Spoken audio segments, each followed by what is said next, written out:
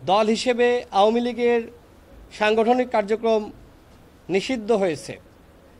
আন্তর্জাতিক অপরাধ ট্রাইব্যুনালে দল হিসেবে আওয়ামী লীগের বিচার প্রক্রিয়াধীন।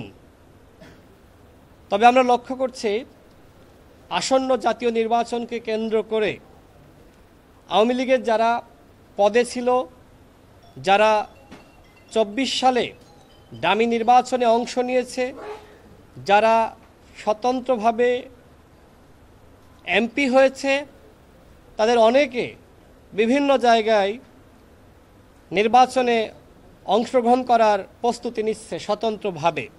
আমি মাননীয় প্রধান নির্বাচন কমিশনারকে অবহিত করেছি আওয়ামী লীগের যে লুটপাটের টাকা রয়েছে, আওয়ামী লীগ যেভাবে ব্যাংক ডাকাতি করেছে, জনগণের কাছ থেকে লুটপাট করেছে, অবৈধভাবে সম্পদ অর্জন করেছে, আওয়ামী লীগের যারা পদে ছিল সাংগঠনিক কার্যক্রম নিষিদ্ধ হওয়ার পরেও যদি আওয়ামী লীগের এই সকল ব্যক্তিরা স্বতন্ত্রভাবে ডামি মামি বা অন্য কোনো দলের নমিনেশন নিয়ে নির্বাচনে অংশগ্রহণ করার সুযোগ পায়, সেক্ষেত্রে আগামী নির্বাচন কোনোভাবেই অবাধ, সুষ্ঠু এবং নিরপেক্ষ হবে না।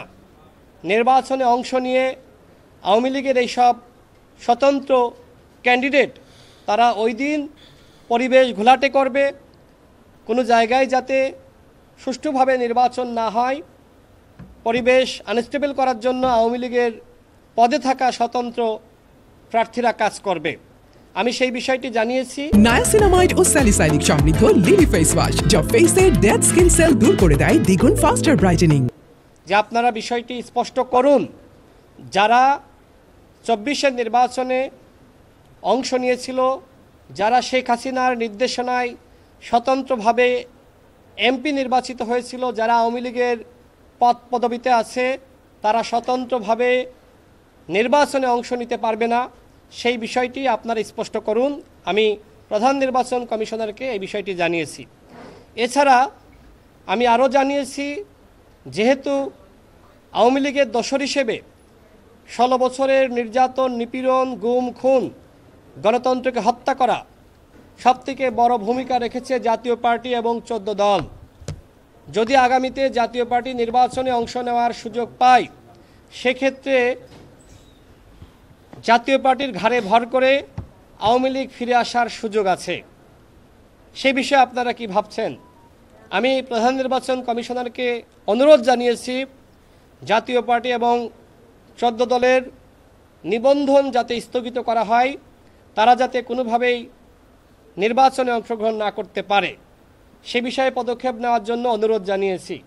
যদিও প্রধান নির্বাচন কমিশনার বরাবরের মতন জানিয়েছে যে আমরা যাদের সাংগঠনিক কার্যক্রম নিষিদ্ধ হয়েছে, আমরা তাদের নিবন্ধন কার্যক্রম নিষিদ্ধ করেছি। সরকার যদি আরও কোনো দলের বিষয়ে পদক্ষেপ গ্রহণ করে, আমরা অবশ্যই সেই মোতাবেক কাজ করব।